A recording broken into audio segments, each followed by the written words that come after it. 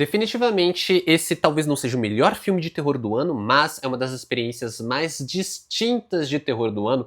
Não é à toa que assim que acabou Backrooms Um Não Lugar, né, como ficou aqui no Brasil com esse subtítulo de Backrooms Um Não Lugar, eu olhei para as pessoas ao meu redor, para os meus amigos, e perguntei o que tinham achado, e a reação foi meio, não curti, assim, a galera não conseguiu curtir a experiência e comprar a ideia, porque realmente é uma ideia muito maluca. Só que eu estava completamente fascinado. E eu nem falo que é porque, pô, Backrooms tem uma baita história, uma baita atuação. Não, apesar de não ser necessariamente ruim nesse ponto. Mas sim pelo fato de que eu tava completamente fascinado com o que eu tinha acabado de ver. Porque assim, eu acho que esse filme não tem nenhuma cena que seja filmada normalmente. Sabe, assim, e eu digo isso como mérito, tá? Porque é um filme que ele consegue trazer uma estranheza. Eu acho que ele é meio que o vale da estranheza em forma de filme. Ele é traduzido em forma de filme.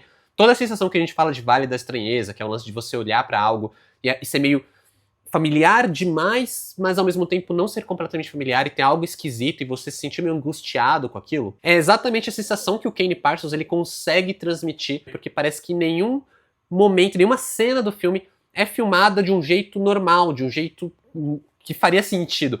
Parece que ele pega a câmera e bota em ângulos muito estranhos, na altura meio colocada errada, digamos assim, para distorcer as cenas, né? Então ele consegue distorcer os cenários, as portas, os ambientes, sabe quando você vê a junta das paredes, do teto, tudo parece muito esquisito e até os atores parecem meio esquisitos. E eu nem tô falando nas cenas das backrooms em si, né? Eu tô falando das cenas normais, das cenas que seriam cenas cotidianas que já trazem esse sentimento de estranhamento. Eu acho que essa sensação ela me colocou pra uma coisa meio de um abstrato, de uma coisa que eu ficava meio sentindo aquela angústia, aquela coisa meio incômoda, que foi o sentimento que me deixou preso pra experiência de Backrooms no geral. Como eu falei, não é nem pela história em si, não é nem pelas atuações em si, mas realmente pela forma que o Kane Parsons, ele filma, que é esse diretor que ele ficou aí conhecido por ser o diretor mais novo a trabalhar ali com A24, né, fazer um filme de terror e isso ser algo muito colocado pro marketing,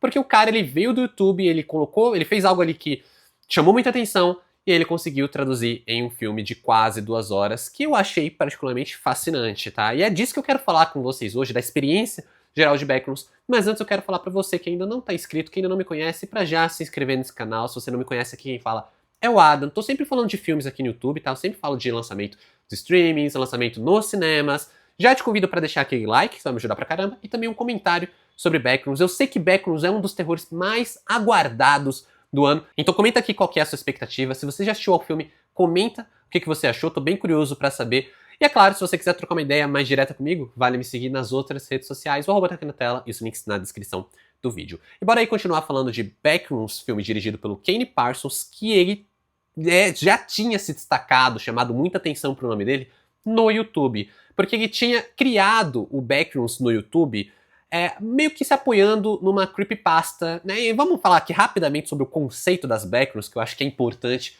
pra gente falar sobre o filme, porque é um filme que é tão abstrato que é até difícil de falar. Que as Backrooms, elas são meio que uma creepypasta, que é basicamente uma lenda urbana de internet, copiada e colada em fóruns, como tinha muito, sei lá, no Orkut. Se você é velho o suficiente pra lembrar do Orkut, você vai saber do que eu tô falando.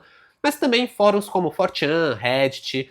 E o Backrooms, ele surgiu de uma ideia que parte daquele conceito de quando você está jogando um videogame, o personagem ele sai do cenário e quebra o jogo, e ele vai para um cenário que é meio abstrato, não deveria estar sendo acessível.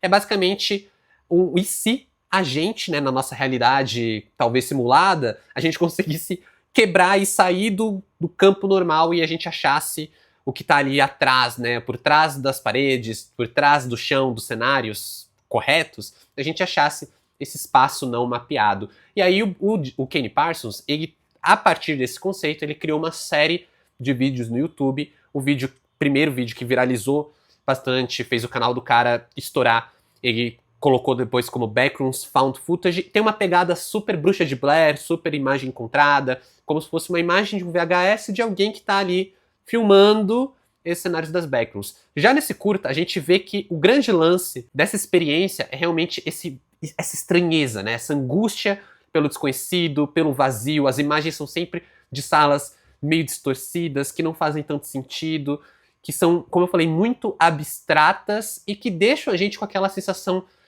incômoda, que a gente tá sendo perseguido, que a gente tá sendo, a gente tá perdido, meio que como um sonho que não tem pé nem cabeça. E essa foi a sensação que ele buscou trazer pro longa-metragem. Eu acho o curta interessante, eu já acho o curta legal, mas o longa-metragem ele realmente me deixou muito fascinado, porque ele consegue levar esse sentimento da estranheza para todos os ambientes possíveis de um filme, né? Desde o roteiro, até a trilha sonora, até os atores, a forma como ele enquadra a Renate Reinsve em vários momentos deixa ela meio distorcida, né? Ela vai pegar uma... Sabe quando eu tô, tipo, esticando meu braço aqui, parece que ele fica longo demais e fica distorcido na câmera? Ele usa essa sensação, ele usa esse ponto de vista do espectador para brincar com a sensação. E ele vai trazendo isso desde salas que parecem muito pequenas e na verdade elas não são, até paredes que parecem ser apenas uma parede, na verdade elas são um corredor, ou portas que parecem grandes e são pequenas, tem mais de uma maçaneta, enfim, ele vai trazendo como ele pode inventar e fazer cenários esquisitos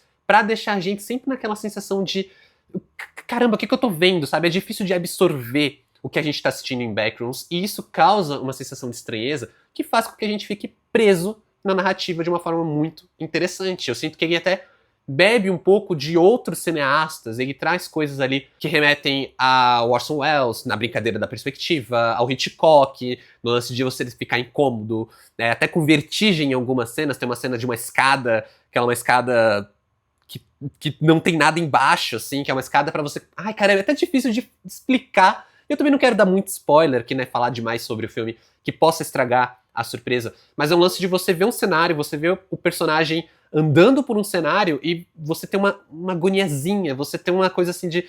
Você fica meio tonto assistindo, porque a perspectiva que ele cria ali, né, brincadeira com a perspectiva, deixa a gente meio incomodado, ativa um gatilho neurológico da gente ficar incomodado. Eu acho que ele faz isso muito bem, enquanto ele casa justamente com esse horror quase cósmico, né, que é essa coisa também do terror do desconhecido, que é difícil de conceber, e até ele faz isso. Me lembra muito, inclusive, em alguns momentos, me remete diretamente ao cinema do Cronenberg, tá? E tem vários momentos do filme que eu falei, cara, isso aqui é totalmente o Videodrome, desde uma coisa meio horror corporal, até realmente pela estranheza da proposta que ele tá fazendo. A trilha sonora me lembrou Iluminado, enfim, só coisas assim que eu ficava... É uma mistureba, e eu entendo que como é um diretor novo, ele vai olhar pra referências, ele vai trazer isso, e eu acho assim que nem faz mal pro filme, sabe? Porque ele também é um filme que é tanto da estranheza, tanto do abstrato, que todas essas referências elas vão se amontoando uma experiência que eu acho muito interessante, ainda que muito extrema, no sentido de que, assim, eu acho que Backrooms vai ser aquele filme que você vai amar ou você vai odiar. Porque eu acho que não tem muito pra onde você ficar no meio termo, sabe? Ele é muito intenso, ele é muito maluco. Se você comprar a ideia, você vai curtir. Eu e um amigo meu, a gente gostou bastante do filme, enquanto os outros, como eu falei, ficaram ali meio... não sei se eu curti. E eu entendo também esse lance de você não curtir alguns aspectos, porque eu sinto que, por exemplo, quando ele tava no YouTube, quando ele tava fazendo esse curta pro YouTube, ele consegue brincar com o abstrato e até com a ausência de respostas e de uma narrativa mais propriamente dita, né, mais propriamente estruturada. Quando ele leva pro cinema, ele já precisa estruturar algumas coisas melhor. E é justamente nessa hora de estruturar uma narrativa, uma história com começo, meio e fim, que eu acho que ele falha um pouco, né? O Backrooms, ele entrou no meu radar, não porque o curta é muito legal, muito fascinante, até porque, como eu falei, eu achei legal e só. Mas porque tinha a Renate Reinsve, sabe? Que assim, cara, eu fiquei... Quando eu descobri que ela tava no filme, eu falei, cara, eu não vejo esse filme na filmografia dela, né? É uma atriz que ela tá sempre em premiações, sempre em festivais. Ela tava recentemente com Valor Sentimental, que ganhou Oscar, sabe? É uma atriz que geralmente está indicada em premiações. Então, assim, é uma atriz que ela tem uma filmografia meio que sempre voltada pra dramas e tal. E eu falei, cara, o que chamou a atenção dessa atriz no roteiro desse filme pra ela querer participar de Backrooms? E não só ela, como o Chiwetel Ejiofor, que também é um bom ator. Então eles são os dois atores principais. Eu acho que nem tem muito o que falar de premissa aqui. O caso, ele é um vendedor de imóveis e ela é uma psicóloga. E o grande lance é a gente ver como o sentimento e os traumas e as personalidades dessas duas pessoas, elas reagem com as backrooms, né? No decorrer que eles vão descobrir aquele ambiente não mapeado e eles vão precisar lidar com isso, cada um à sua própria maneira. E as próprias backrooms também vão lidar com essas pessoas à sua própria maneira. Eu acho que o grande lance do filme não é a história, de fato, é realmente como o Kenny Parsons ele explora o ambiente, ele explora essa mitologia que ele ajudou a criar com os vídeos pro YouTube. Só que ele faz isso de uma forma muito maluca, muito legal. Assim, eu acho que no que tange ao lance de você ficar ali fascinado com a forma como ele dirige, é um filme que rende uma experiência muito legal. Narrativamente, eu sinto que ele tem umas limitações. Eu acho que o terço final do filme ele não é tão interessante justamente por causa da hora que ele precisa estabelecer uma ameaça, que ele precisa estabelecer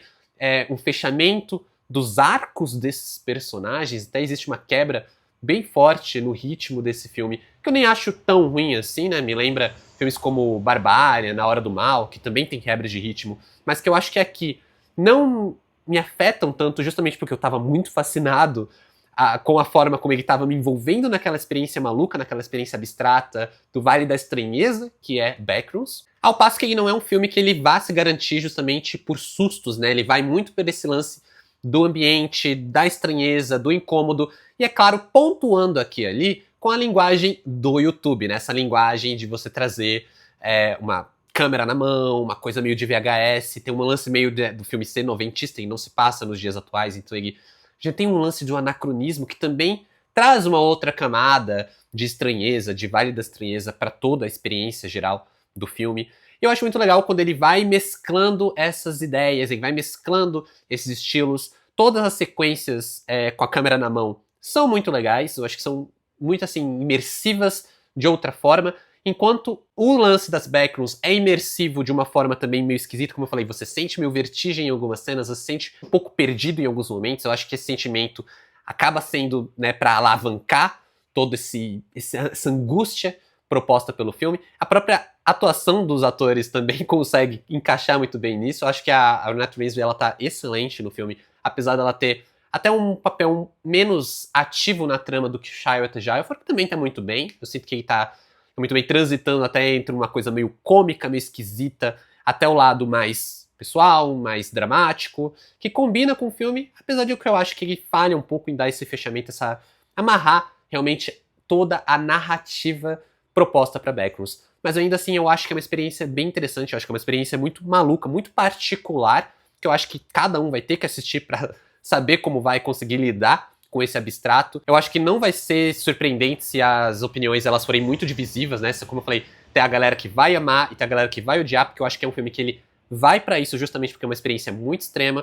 E eu fico até curioso para saber como os fãs dessa creepypasta, lenda urbana, desses vídeos no YouTube, vão se relacionar com o filme, porque eu também não acho que seja um filme que ele está muito interessado em explorar a mitologia que ele já criou nos vídeos do YouTube, né? Tanto que não tem tanto lance de você estabelecer os levels especificamente, dar nome pra isso. Ele tem mais uma sensação de você ter uma criação de mundo e essa criação de mundo ser estranha o suficiente para ter algo ali para ser explorado, não no sentido de uma história em si, mas no sentido mais sensorial da coisa, que eu acho que é onde o Kenny Parsons ele realmente se destaca.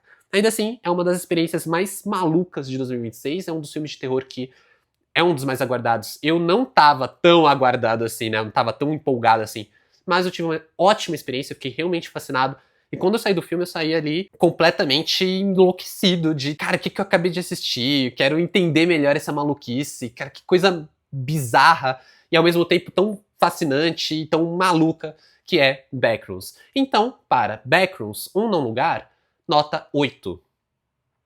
Eu tô curtindo muito esse movimento de youtubers que vão pro cinema e fazem filmes diferentões e com uma pegada bem de personalidade própria. É muito caso de Backrooms. No ano passado a gente teve o Shelby Oaks, do Chris Tuckman, que também deixou a galera meio dividida, mas eu curti bastante. E Backrooms foi uma experiência muito legal pra esse ano, mas não supera a melhor experiência de terror que eu tive, que foi Obsessão. Esse sim, o filme do ano até então de terror de 2026. Mas é isso, pessoal. Como sempre, muito obrigado por assistir esse vídeo até aqui. Valeu, falou e até mais.